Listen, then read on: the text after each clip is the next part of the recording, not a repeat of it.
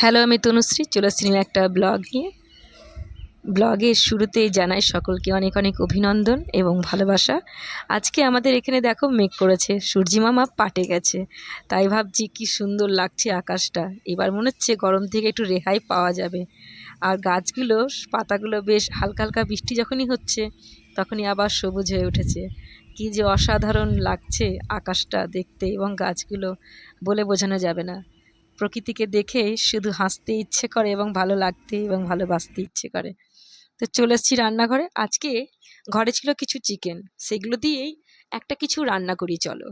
ভাবলাম মেয়ে তো কিছু খেতেই চায় না আজকাল, শরীরটা বড্ড খারাপ যাচ্ছে বলে।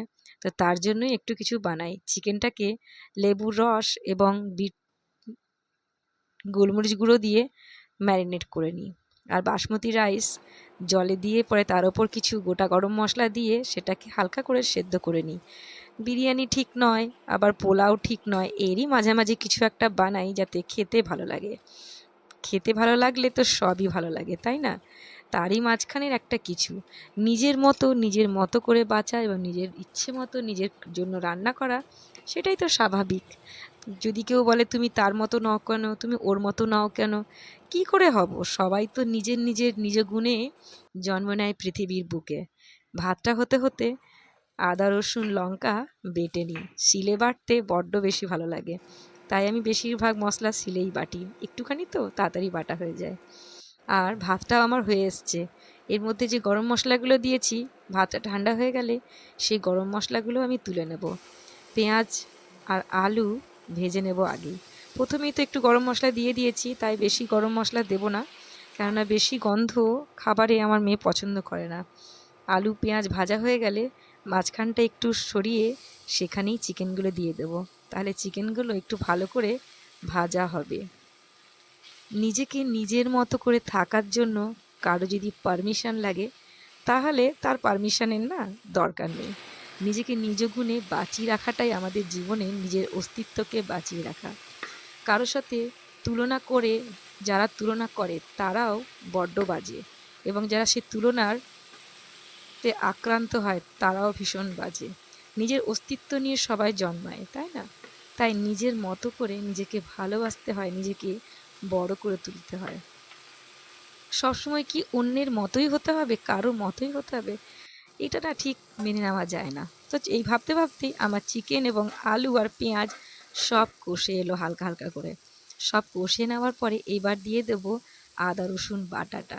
বেশ হালকা লেগেও যাচ্ছে, বেশ ভালো ভালো গন্ধ বেরোচ্ছে। চিকেনটা একটু ভালো করে না ভাজলে বেশ ভালো লাগে না। মশলাটাও দিয়ে দিলাম। মশলাগুলো দিয়ে দেওয়ার পরে আবার খানিকক্ষণ কষিয়ে নেব। চন্দ্রমুখী আলু ভীষণ ভালো লাগে খেতে, তাই আজকে আমি কিন্তু আলুটা চন্দ্রমুখী ব্যবহার করছি। এই আলুটাই বেশি ভালো লাগে খেতে আমার। এটা সেদ্ধ খেতে যা ভালো লাগে কি আর বলবো, ভীষণ দারুণ লাগে খেতে। আলু সেদ্ধ ভাত এই আলু দিয়ে, আর উপরে ঘি এবং কাঁচা লঙ্কা, অদ্ভুত অদ্ভুত খেতে। মনে হয় পৃথিবীর স্বর্গ এখানেই নেমে এসছে। দারুণ লাগে। চিকেনগুলো আমার হালকা হালকা কষে এসছে। এবার চিকেনগুলো ভালো করে সেদ্ধ হওয়ার জন্য একটু জল দিয়ে ঢেকে দেব। দেখো, চিকেন আলু সবই আমার সেদ্ধ হয়ে গেছে। একটা পাত্রে একটা রান্না করতে বেশি ভালো লাগে, বেশি বাসন নোংরা হয় না, অথচ কি সুন্দর রান্নাটাও হয়ে যায়। যখন কোনো কিছুই রান্না করতে ইচ্ছে করে না ৩৬৫ দিন রান্না করতে করতে, তখন এভাবেই একটু কিছু রান্না করে খেয়ে নিতেই বেশি ভালো লাগে। আর ছুটির দিন তো নেই, সব দিনই ব্যস্ত। ভাতটাও আমার দিয়ে দেবো তার উপরে। ভাতটা দিয়েও হালকা নেড়ে নেবো। এটা ঠিক কী যে বানাচ্ছি আমি নিজেও জানি না। পোলাও না বিরিয়ানি কি জানি কি, একটা তো কিছু বটেই। এইভাবেই সব সাজিয়ে দিয়ে আমি ওপর থেকে একটু বিরিয়ানি মশলা এবং গাছ থেকে ছিঁড়ে আনা কারি পাতা, এই দুটো দিয়ে দেব। বেশ ভালো লাগবে গন্ধটা। আর কারি পাতা তো অদ্ভুত গন্ধ। কারি পাতা দিলে সেই খাবারের গন্ধটাই যেন পরিবর্তন হয়ে যায়। কি সুন্দর লাগছে না কারি পাতা দিয়ে সাজিয়েছি বলে? খুব সুন্দর লাগছে। আর ওপরে বিরিয়ানি মশলাও দিয়ে দিয়েছি, ঢেকে দিলাম। এই দেখো, বললাম না সব গোটা গরম মশলাগুলো বের করে নেবো, বের করে নিয়েছি। আর রায়তাও আমি বানিয়ে নিয়েছি। এর মধ্যে দিয়ে দিলাম ভাজা মশলা, যেটা ঘরে আমি বানিয়ে রাখি, দই, পেঁয়াজ কুচো আর কিছু শশা কুচো। রায়তা দিয়েই তো এসব খাবার বেশি জমে এবং ভালো লাগে, তাই না? আমরা সাধারণ ঘরে একটু কিছু ভালো মন্দ বানিয়ে নিলেই তার সঙ্গে একটু রায়তাও করে নিই, বেশ ভাল লাগে খেতে। দেখো কি সুন্দর হয়েছে, পাতাগুলো বেশ সবুজ সবুজ লাগছে, আর যা সুন্দর গন্ধ উঠছে কি আর বলবো।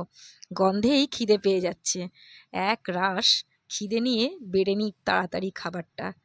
তো দেখো ভাতগুলো আমার কিছু সাদা আছে কিছু হলদে আছে, দেখতে অনেকটা বিরিয়ানি মতো লাগছে, কিন্তু এটা চিকেন পোলাও টাইপসে কিছু একটা তো হয়েছে বটে। চলো, খাবারটা বেড়ে নিয়েছি, এবার যাই খেতে।